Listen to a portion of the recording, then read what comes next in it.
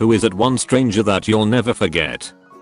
I was sitting on the subway for a long commute and was generally agitated from the start. I was one of 3 or 4 people on the train and this chick pulled out a noisy plastic container of cookies and started eating them while I was thinking, how inconsiderate. Doesn't she know you're not supposed to eat on the subway? Rude bitch. She's going to leave crumbs everywhere. Then she turned and looked at me to offer me some, and, though I refused, I felt horrible for just thinking she was a nasty person at first. The way she offered was so genuine and friendly. I stopped categorizing people. You're still not supposed to eat on the subway, but just because people break the rules or don't realize they're being inconsiderate doesn't mean they're a bad person overall. Since then, I've tried my best to never assume the worst in people.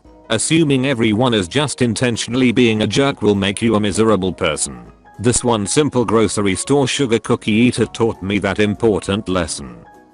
When I was 16 I was wearing shorts, and at the time I was extremely uncomfortable with showing my legs. I was making comments to a friend about how uncomfortable I was when a woman in a wheelchair was going past me and overheard what I was saying, and she is the only random stranger to say anything to me. That has really stuck with me. Wear those shorts and wear them proudly. It doesn't matter if you forgot to shave your legs, have varicose veins, cellulite, stretch marks, they're pale or whatever reason you're shy about your legs. You're not guaranteed that you'll be able to walk on them tomorrow. As soon as she said that, she kept going. It stuck with me. Even 10 years later, I now love wearing shorts, skirts and dresses.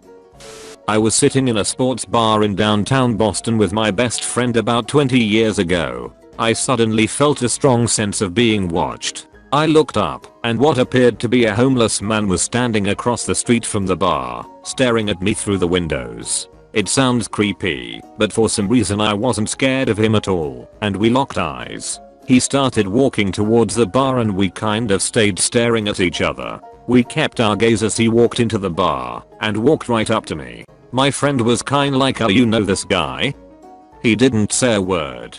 He just put his palm out, and I instinctively put my palm on his. He ran his pointer finger up and down my palm and looked at it intently. He finally spoke and said, "You have a lot of anxiety about your future, but it's going to be alright. You won't be rich, but you'll be comfortable. You're going to have 2 kids and you won't be in Boston, but you'll still be close enough to your family. I know that's important to you. You're going to have a good life."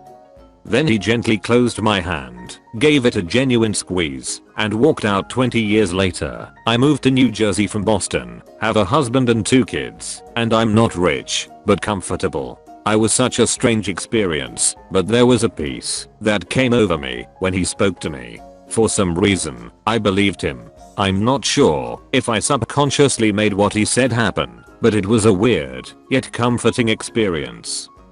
Late to this thread, but here it goes. 2 days before Christmas this year, I was on a flight home to see my family. I hate flying.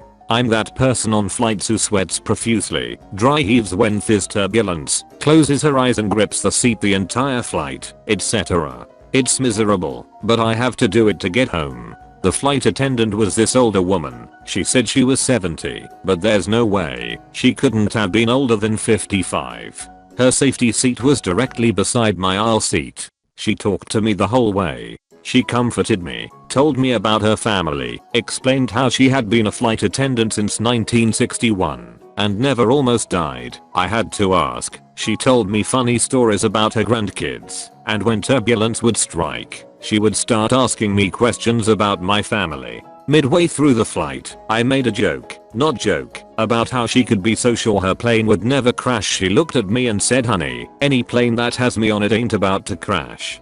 'Cause I'm not about to go out that way. No ma'am. I'm gonna die laughing, or die in my sleep." I have no idea why, but that was the most comforting / humorous thing I'd ever heard. And she said it so matter-of-factly. I will always appreciate her kindness and understanding. I'm 26, but I look 16. She helped someone's terrified daughter survive another terrifying flight.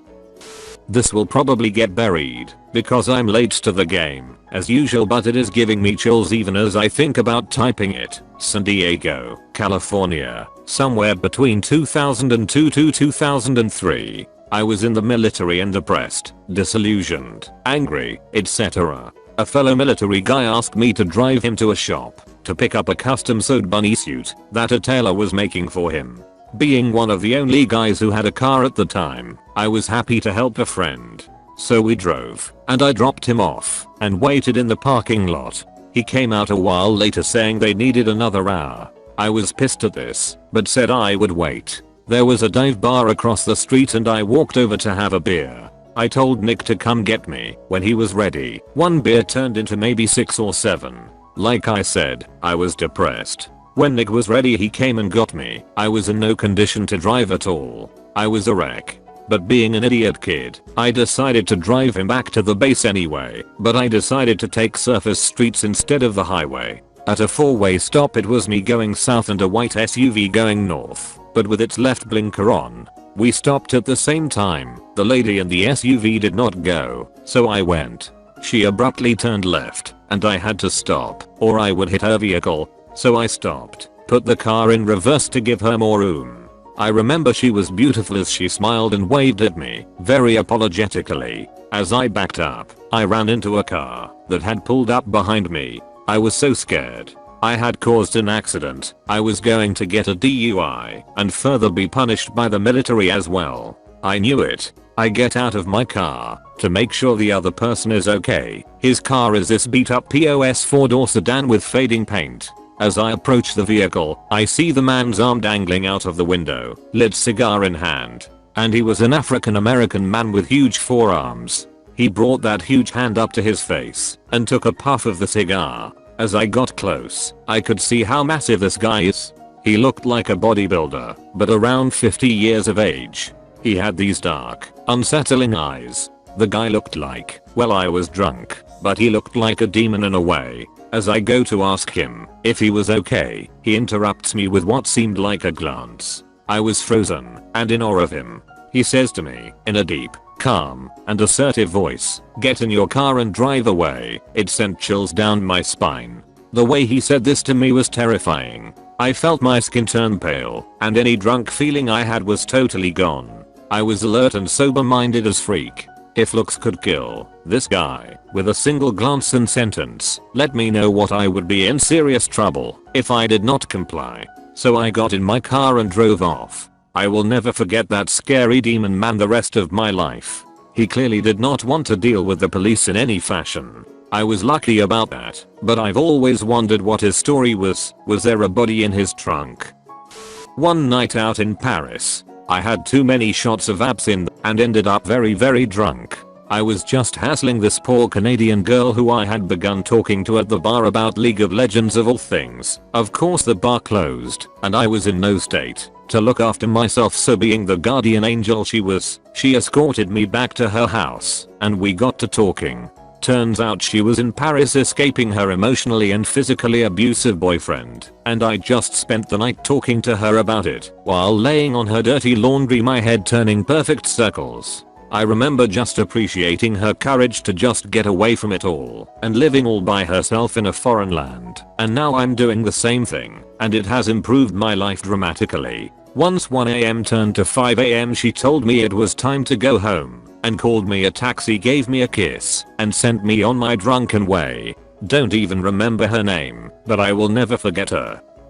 It was strange. There was this guy at my high school who I didn't exactly know, but he kept calling me by an incorrect name and pretending he knew me. He wasn't being mean, but just messing around. I always ignored it. Time passed, and I can tell things were getting shaky with my soon-to-be ex. I decided to take the time during office hours to start journaling and getting my thoughts in order because I could not concentrate on anything, and I had the AP chemical exam approaching. I could not calm down any of my nerves, and I sat and looked straight down at my desk and kept writing. I never felt such concentration since then, but I remember the stranger from before walked up to me and put his hand on my shoulder and said, "Are you alright? I don't know what is happening in your life right now, but I hope it gets better." Typically I don't ask for help with most things, and that had to have been the kindest thing a stranger has ever offered me. A lot of that era still haunts me currently, but I believe during that time, I needed anything. Back in the 90s, my school went for a trip to India and we ate at this one small restaurant in Kovalam Beach, Kerala with a group of about 20 people. The waiters were kind enough to move 2 tables onto the beach for us, so we could eat with our feet in the sand. 10 years later, I visited Kovalam Beach by myself and ate there again. Suddenly this waiter say, "Weren't you here 10 years ago? With a school or something?" Dumbfounded I answered yes. He grinned and said, "I remember. We put the tables on the beach for you guys, didn't we? After 10 freaking years." So back when I was in 5th grade, I was riding my bike in my neighborhood when I came across this toy company. Though it was a toy store, so I walked nonchalantly into it, thinking very little. Anyway, a man who I think was the manager welcomed me and asked me why I was there. I wasn't very sure, so he went ahead and gave me a tour and walk throughout the company. He was a gentleman and even gave me a toy, can't remember what, when I left the building. 7 years ago, my girl and I broke up. Being in my early 20s and having the audacity to think I'd met the one true love of my life, I felt like my world was crashing around me. A few nights later, I went to a local bar by myself to try and straighten my head out with a fifth of bourbon. The bar's patio almost always gets full at night, and the only open seat was at my table. A pretty little blonde girl walks out, looks at the seat, smiles and says hi, "How are ya?" Sits down and starts smoking. We end up making small talk, which leads to me spilling all the overly personal shit that rational people don't dump on a stranger at a bar. I even remember crying at some point. But she wasn't weirded out or put off. She didn't judge me. She just listened and interjected occasionally to hear more details, to get a better grasp of the situation. After an hour of losing my crap, I regained composure and ended up getting to know her. She had gone through a failed engagement about a year prior and was now doing fine. Told me I'd be fine too, in time. At about 1 AM, after about 4 hours of talking about life and all the shitty things that come with it, she looked at her phone and said, "Oh crap, I've gotta go. You take care, you hear? You'll find your happiness, I promise." And left before I had the chance to get her phone number or even her name. I became a regular at that bar and have been back easily over 100 times in the past 7 years, but I've never seen her again. Obviously, I know now that failed relationships are far from the end of the world, but it really stuck with me that a person would take all that baggage on herself to make a complete stranger feel better, even if only for a moment. I really don't ever expect to run into her ever again at this point, but every time I go to that bar, I scan around and kind of hope she'll be there.